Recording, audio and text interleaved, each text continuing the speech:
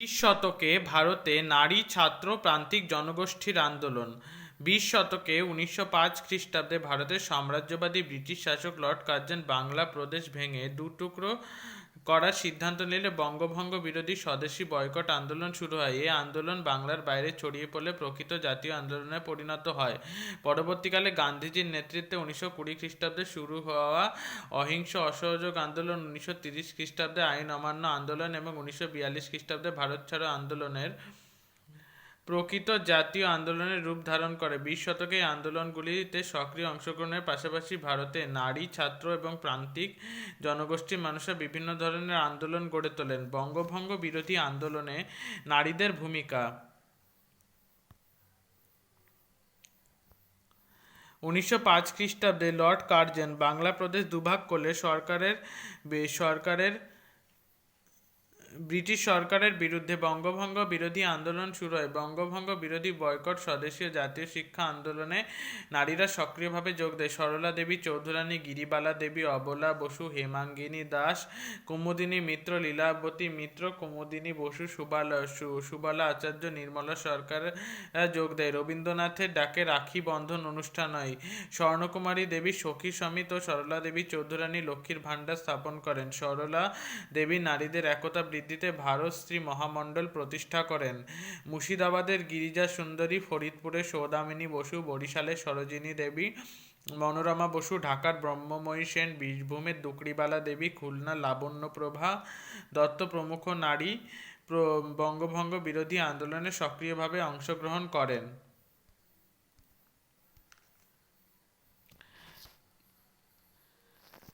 অহিংস অসহযোগ আন্দোলন পর্বে নারীদের ভূমিকা। মহাত্মা গান্ধীর নেতৃত্বে ভারতের জাতীয় কংগ্রেস 1920 খ্রিস্টাব্দে ব্রিটিশ সরকারের বিরুদ্ধে অহিংস আইন অমান্য শুরু করে। এই আন্দোলনে গান্ধীজি নারীদের বিদেশি পণ্য বর্জন করে স্বদেশী পণ্য ব্যবহারের আবেদন জানান। গান্ধীজির ডাকে সাড়া দিয়ে বহু সাধারণ নারী বিভিন্ন সভা ও শোভাযাত্রায় অংশগ্রহণ করে। চিত্তরঞ্জন দাসের স্ত্রী বাসন্তী দেবী, তার বোন উর্মিলা দেবী, ভাইজি সুনীতা দেবী কলকাতার রাস্তায় প্রকাশ্যে বিক্ষোভ দেখিয়ে কারাবরণ করেন। বাসন্তী দেবী নারী সত্যাগ্রহ সমিতি, উর্মিলা দেবী নারী কর্মমন্দির তৈরি করেন। নেলি সেনগুপ্তা 1922 খ্রিস্টাব্দে স্টিমার ধর্মঘটের নেতৃত্ব দেন। বাসন্তী দেবী, উর্মিলা দেবী, হেমপ্রভা মজুমদার, অ্যানি বেসান্ত, সরোজিনী নাইডু, জ্যোতির্ময়ী গাঙ্গুলি প্রমুখ উচ্চ মধ্যবিত্ত পরিবারের নারীদের পাশাপাশি বহু প্রান্তিক নারীরা এমনকি যৌনকর্মী দেবীদাসীরাও এই আন্দোলনে অংশগ্রহণ করে। সিলেটের সরলাবালা বসু, বালুরঘাটের প্রভা চট্টোপাধ্যায়, ভোলার সরজুবালা সেন, বরিশালের ইন্দুমতী গুহ ঠাকুরতা, প্রফুল্লময়ী বসু, নোয়াখালীর সুশীলা মিত্র, খুলনার স্নেহশীলা চৌধুরী, ময়মনসিংহের উষা গুহ প্রমুখ। 1923 খ্রিস্টাব্দে ভারতের প্রথম ছাত্রী সংগঠন দীপালি সংঘ প্রতিষ্ঠিত হয়। তারপরে কিছু পরে লতিকা ঘোষের নেতৃত্বে সুভাষচন্দ্র বসুর মাতা প্রভাবতী দেবীর সভাপতিত্বে মহিলা রাষ্ট্রীয় সংঘ স্থাপিত হয়। আইন অমান্য আন্দোলন।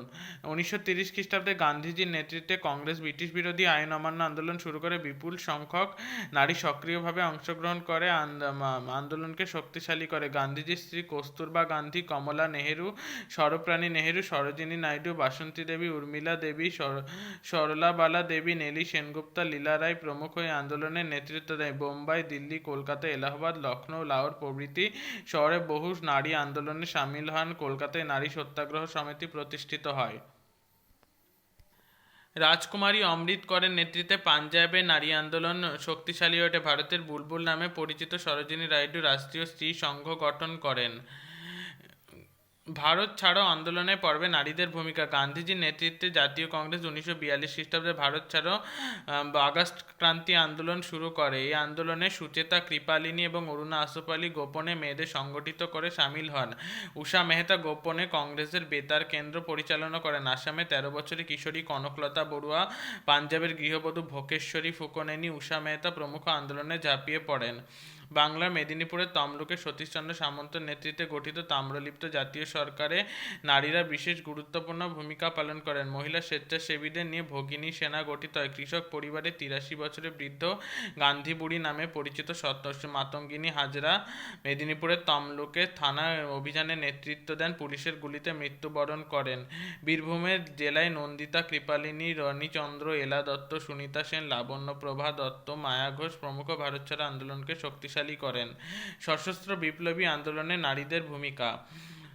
দীপালি সংঘর কথা বললাম। সুভাষচন্দ্র বসু ঘনিষ্ঠ চরম বামপন্থী রাজনৈতিক লীলা রায় নাগ এর অসামান্য অবদান রাখেন। লীলা রায় ইংরেজিতে স্বর্ণপদক নিয়ে বেথুন কলেজ থেকে বিএ পাশ করেন। তিনি প্রথম মহিলা যিনি ঢাকা বিশ্ববিদ্যালয় থেকে এমএ ডিগ্রি লাভ করেন। তার সবচেয়ে গুরুত্বপূর্ণ কীর্তি হল দীপালি সংঘ প্রতিষ্ঠা করা 1923 সালে। প্রীতিলতা ওয়াদ্দেদার ছিলেন দীপালি সংঘের প্রতিষ্ঠাতা। এখানে লাঠি খেলা, শরীরচর্চা, অস্ত্রচালনা প্রভৃতিতে মেয়েদের সাহস শক্তি বাড়ানোর উদ্যোগ নেওয়া হতো। 1924 খ্রিস্টাব্দে দীপালি শিল্প প্রদর্শনী চালু হয়।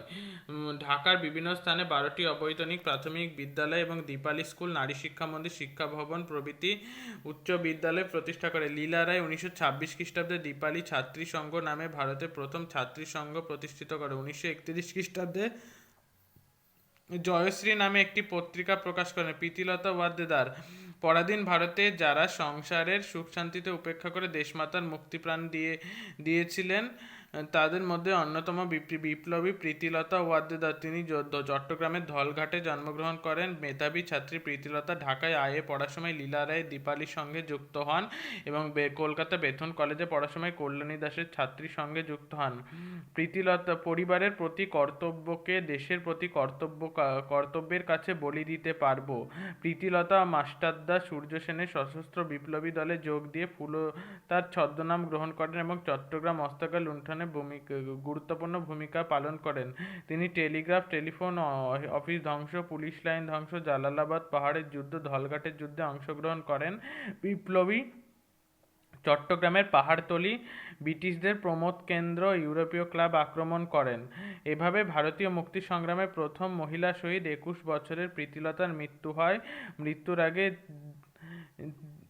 আগের দিন তিনি মাকে চিঠিতে লিখেছিলেন, মা গো, তুমি আমায় ডাকছিলে, মা, আমায় তুমি ক্ষমা করো, তোমায় বড় ব্যথা দিয়ে গেলাম। কল্পনা দত্ত 1920 দশকে ব্রিটিশ বিরোধী আন্দোলনের বিপ্লবী কার্যকলাপ ছড়িয়ে পড়েছিল। তার নেতৃত্বে কল্পনা দত্ত ছিলেন। তিনি 1930 খ্রিস্টাব্দে চট্টগ্রামে ফেরার পর মাস্টারদা সূর্য সেনের ইন্ডিয়ান রিপাবলিকান আর্মির চট্টগ্রাম শাখায় যোগদান করেন। এরপরে চট্টগ্রাম অস্ত্রাগার লুণ্ঠনের ঘটনায় যুক্ত বিপ্লবী গণেশ ঘোষ, অনন্ত সিং প্রমুখ আদালতের জেলে বন্দী ছিলেন। কল্পনা কলকাতায় গোপনে নিয়ে আসা বিস্ফোরক দিয়ে গান কটন তৈরি করে তার বিস্ফোরণ ঘটিয়ে আদালত থেকে বন্দী বিপ্লবীদের পালানোর সুযোগ করে দেওয়ার পরিকল্পনা করেন। এটি ডিনামাইট ষড়যন্ত্র নামে পরিচিত। চট্টগ্রাম অস্ত্রাগার লুণ্ঠন মামলায় সূর্য সেন, তারকনাথ দস্তিদারের ফাঁসি ও কল্পনা দত্তের যাবজ্জীবন কারাদণ্ড হয়। 1939 খ্রিস্টাব্দে মুক্তিলাভের পর তিনি ভারতের কমিউনিস্ট পার্টিতে যোগ দিয়ে ব্রিটিশ বিরোধী আন্দোলন চালিয়ে যান। 1943 খ্রিস্টাব্দে কমিউনিস্ট নেতা পিসি যোশীর সঙ্গে তার বিয়ে হয়।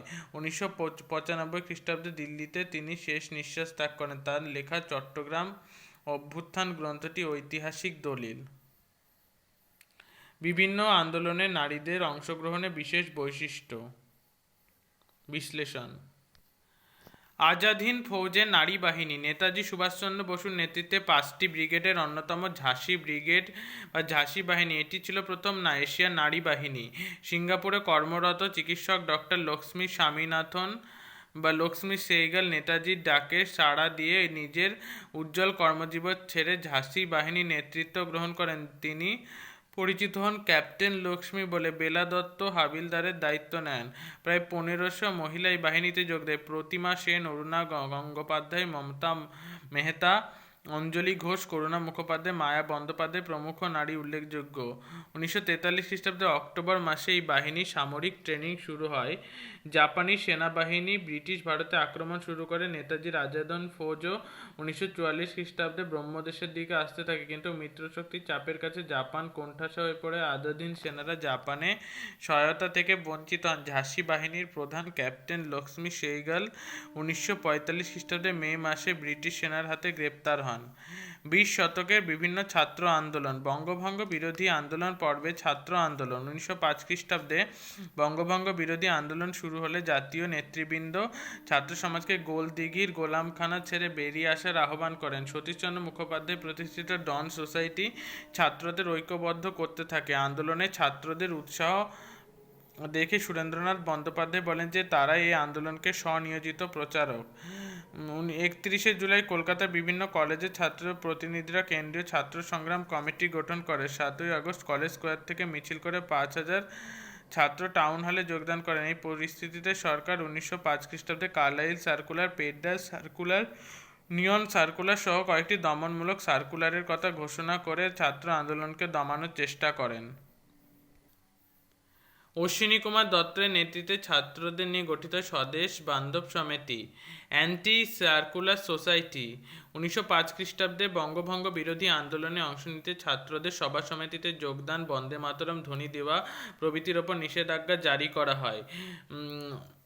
কার্লাইল ছিলেন বাংলা সরকারের মুখ্য সচিব। এসব দমনমূলক সার্কুলারের বিরুদ্ধে শচীন্দ্র প্রসাদ বসু ছাত্রদের ঐক্যবদ্ধ করে কলকাতায় অ্যান্টি সার্কুলার সোসাইটি গড়ে তোলেন। শচীশচন্দ্র বসু এর সম্পাদক এবং কৃষ্ণকুমার মিত্র সভাপতি হন। বঙ্গভঙ্গ বিরোধী আন্দোলনে উৎসাহ দান, সরকারি বিদ্যালয় থেকে বিতাড়িত বা শাস্তিপ্রাপ্ত হওয়া ছাত্রদের শিক্ষালাভের ব্যবস্থা করে ইত্যাদি ছিল সোসাইটির উদ্দেশ্য। সরকার 1908 খ্রিস্টাব্দে শচীশ চন্দ্রকে গ্রেপ্তার করে রাওলাপিন্ডির জেলে পাঠায়।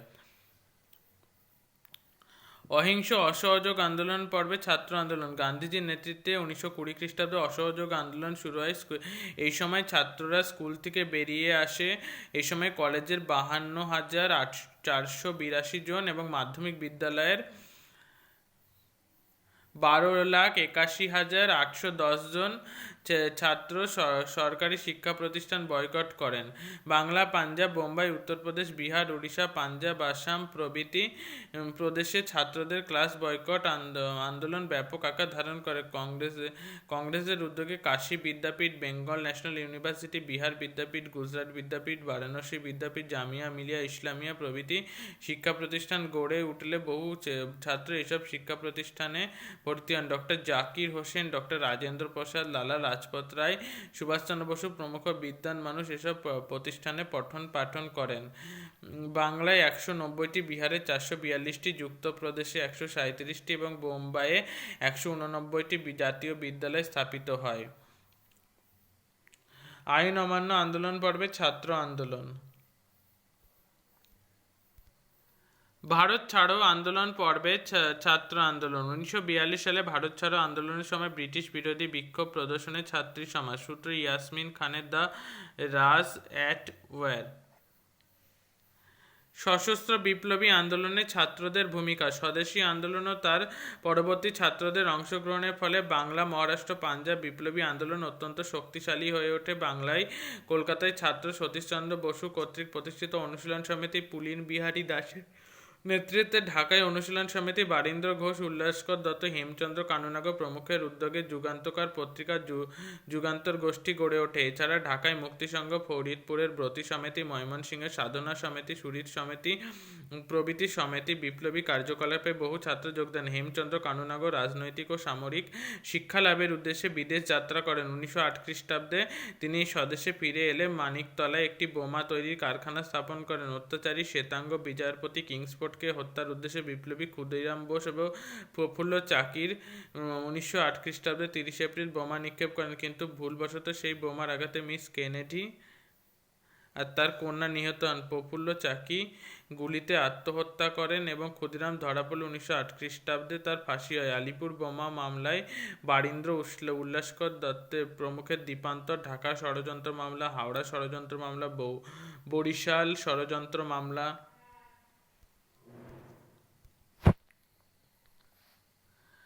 রডা অস্ত্র মামলা, বুড়ি বালমের যুদ্ধ, পাঞ্জাবে লালা হরদয়াল, অজিত সিং সুফি, অম্বাপ্রসাদ প্রমুখ বিপ্লবীদের উদ্যোগে বিপ্লবী কার্যকলাপে জড়িয়ে পড়েন বহু ছাত্রী। শ্যামজি কৃষ্ণ বর্মা সান্নিধ্যে বিপ্লবী আদর্শে দীপ্ত হন, গদর পার্টি প্রতিষ্ঠা করেন। বিশ্বযুদ্ধের সময় এই দলে কিছু সদস্য কোমাগাতা মারু নামে জাহাজে করে কলকাতায় আসেন। পথে বজবজে পুলিশের গুলিতে তাদের 22 জন নিহত হন। এই ঘটনায় ক্ষিপ্ত হয়ে মৌলভী ওয়েবুদুল্লাহর নেতৃত্বে বহু পাঞ্জাবি ছাত্র বিপ্লবী আন্দোলনে যোগদান করেন। এছাড়া রাসবিহারী বসু দিল্লিতে লর্ড হার্ডিঞ্জকে লক্ষ্য করে বোমা নিক্ষেপ করেন। তিনি সৈন্যদের ঐক্যবদ্ধ করে গণ অভ্যুত্থান ঘটানোর চেষ্টা করেন। লাহোর ষড়যন্ত্র মামলায় অহিংস আন্দোলনে ব্যর্থতার পরে কয়েকজন বিপ্লবী উত্তরপ্রদেশে কারকারি নামে ট্রেন ডাকাতি করে কাকোরি ষড়যন্ত্র মামলা দায়ের হয়। বিচারে রাজেন্দ্র রামপ্রসাদ বিসমিল সহ 4জন বিপ্লবীর ফাঁসি হয়। Chandrashekhar Azad Hindustan Socialist Republican Association নামে সমিতি গঠন করেন। লাজপত রায়ের মৃত্যুর প্রতিশোধ নিতে এই সমিতির সদস্য ভগৎ সিং রাজগুরু আজাদ পুলিশ অফিসার সন্ডাসকে হত্যা করেন। পরের বছর ভগৎ সিং বটুকেশ্বর দত্ত দিল্লি আইনসভায় বোমা নিক্ষেপ করেন। পরে লাহোর ষড়যন্ত্র মামলায় অভিযুক্ত হয়ে ভগৎ সিং রাজগুরু সুখদেবের ফাঁসি হয়। বাংলার বিপ্লবী গোপীনাথ শাহ টেগার্ড ভেবে মিস্টার আর্নেস্টকে হত্যা করেন। বিচারে প্রাণদণ্ড হয়। এ সময় বসন্ত মজুমদার, প্রতাপচন্দ্র গুহরায়, অনিল বরণ, সত্যেন্দ্র মিত্র প্রমুখ বিপ্লবী অতি সক্রিয় হয়ে ওঠেন। আইন অমান্য আন্দোলনের সময় স্কুল ছাত্রী শান্তি ঘোষ, সুনীতি চৌধুরীর গুলিতে জেলাশাসক নিহত হন। ব্রিটিশ গভর্নরকে হত্যার চেষ্টায় মাস্টারদা সূর্য সেন, প্রীতিলতা ওয়াদ্দেদার, কল্পনা দত্ত, বীণা দত্তের বীণা দাসে এবং রাইটার্স বিল্ডিং অভিযানে বিনয় বাদল দীনেশের বৈপ্লবিক কর্মকাণ্ড ইংরেজদেরকে আতঙ্কিত করে। এখানে আরও সব পয়েন্ট দেওয়া আছে। অনুশীলন সমিতি হচ্ছে বাংলায় যুগান্তর দল, বিহারের সিয়ারাম পরশুরাম দল, উত্তরপ্রদেশে হিন্দুস্তান রিপাবলিকান পার্টি। গুপ্ত সমিতি বিপ্লবী আন্দোলন চালিয়ে যায়। জয়প্রকাশ নারায়ণ, রাম মনোহর লোহিয়া, নরেন্দ্র দেব, বরুণা আসাপারি, সুচেতা কৃপালিনী প্রমুখ জাতীয় নেতৃবৃন্দ বিভিন্ন গুপ্ত সমিতির সদস্যদের হাতে অস্ত্রশস্ত্র তুলে দেন। বেঙ্গল ভলেন্টিয়ার্স হচ্ছে হেমচন্দ্র ঘোষ প্রতিষ্ঠা করেন 1912 খ্রিস্টাব্দে। সংগঠক ছিলেন সত্যগুপ্ত। এরপরে এখানে আরও যে ঘটনাগুলো ঘটেছিল সেগুলি দেখা যাচ্ছে। অপারেশন ফ্রিডম 1930 খ্রিস্টাব্দে সূর্য সেন, অম্বিকা চক্রবর্তী, গণেশ ঘোষ, লোকনাথ বল, অনন্ত সিংহ, বিনয় বাদল দীনেশ, সুরেন্দ্রমোহন ঘোষ, জ্ঞান মজুমদার, মদন মোহন ভৌমিক, বিপিন বিহারী গাঙ্গুলি, অরুণ ঘোষ, ভূপেন দত্ত, সত্যেন সেন, মনোরঞ্জন গুপ্ত, প্রভাষচন্দ্র লাহিড়ী প্রমুখ নির্ভীক বিপ্লবী ভলেন্টিয়ার্সে যোগ দেন। বিনয় বসুকে উদ্দেশ্য করে কথাশিল্পী শরৎচন্দ্র বলেন, ধনী ছেলে দেখিয়ে গেছে, আমরাও জবাব নিতে জানি। দীনেশ গুপ্ত মেদিনীপুর শাখা প্রতিষ্ঠা করেন। বিনয় বাদল দীনেশ রাইটার্স বিল্ডিং অভিযান করে নির্বিচারে গুলিবর্ষণ করলে কুখ্যাত কারা অধিকর্তা সিমসন নিহত হন। অলিন্দ যুদ্ধ নামে পরিচিত এই ঘটনা।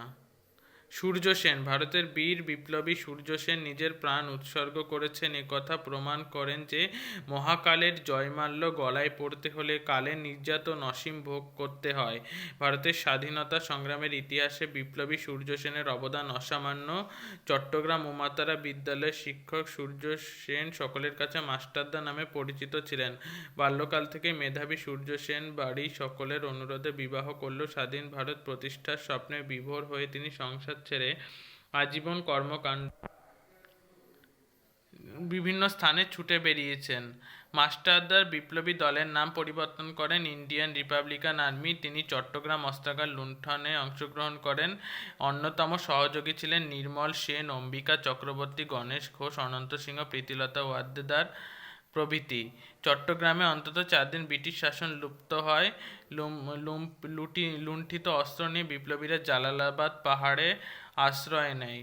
সূর্য সেন ধরা পড়েন 1934 খ্রিস্টাব্দে। 13ই মে সূর্য সেন ফাঁসিতে প্রাণ বিসর্জন দেন। বীণা দাস, বিপ্লবী ছাত্র আন্দোলনে বীণা দাসের নাম অবিস্মরণীয় হয়ে থাকবে। তিনি বীণা দাস এবং তার দিদি কল্যাণী দাস স্বেচ্ছাসেবক বাহিনীতে যোগ দেয়। পরে বিপ্লবী বীণা দলে যোগ দেন যুগান্তর দলের কর্মী কমলা দাশগুপ্তের কাছ থেকে। বিশ্ববিদ্যালয়ের 1932 সালে বিশ্ববিদ্যালয়ের ডিগ্রি প্রদানকারী সমাবর্তন অনুষ্ঠানে গভর্নর স্ট্যানিল জ্যাকসন বক্তৃতা দিতে শুরু করলে বীণা তাকে লক্ষ্য করে গুলি চালাতে থাকেন, কিন্তু গুলি লক্ষ্যভ্রষ্ট হয়। বীণাকে গ্রেপ্তার করা হয়। জেল থেকে মুক্তি পাওয়ার পর অন্যান্য বিপ্লবীদের সঙ্গে মন্দিরা নামে মাসিক পত্রিকায় স্বাধীন সংগ্রামের ভাবধারা প্রচার করেন।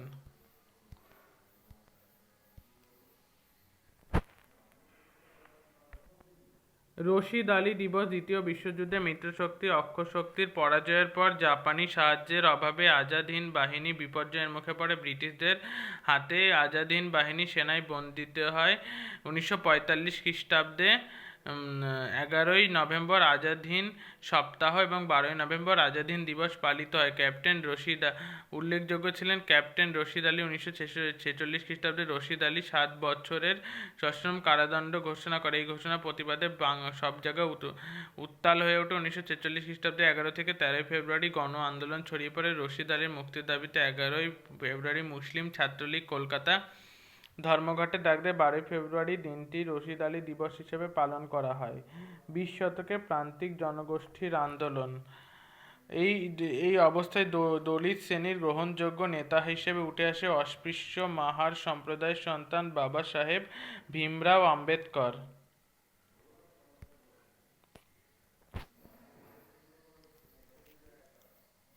দলিত রাজনীতি এবং আন্দোলনের চরিত্র বৈশিষ্ট্য। অকালি আন্দোলন, নানকানা আন্দোলন, তারপরে জাস্টিস পার্টির প্রতিষ্ঠা, হরিজন আন্দোলন, তারপরে নারায়ণ গুরুর নেতৃত্বে ভাইকম সত্যাগ্রহ, রামস্বামী নাইকরের নেতৃত্বে আত্মসম্মান আন্দোলন, কেলাপ্পাম এবং গোপালনের নেতৃত্বে দলিত আন্দোলন, সর্বভারতীয় নিপীড়িত সমিতি গঠিত, ডক্টর আম্বেদকর বহিষ্কৃত হিতকারিণী সভা, সর্বভারতীয় নিপীড়িত শ্রেণীর কংগ্রেস, শিডিউল কাস্ট ফেডারেশন প্রতিষ্ঠা করেন। তার অনুগামীরা জাতিভেদের সমর্থক, মনুস্মৃতি পোড়ানো, জোর করে মন্দিরে ঢোকা, বিনা পুরোহিতে বিবাহ অনুষ্ঠান করে ইত্যাদির মাধ্যমে প্রতিবাদ জানায়। দলিত অধিকার বিষয়ে গান্ধী আম্বেদকর বিতর্ক। এরই বিশ্লেষণ করা আছে।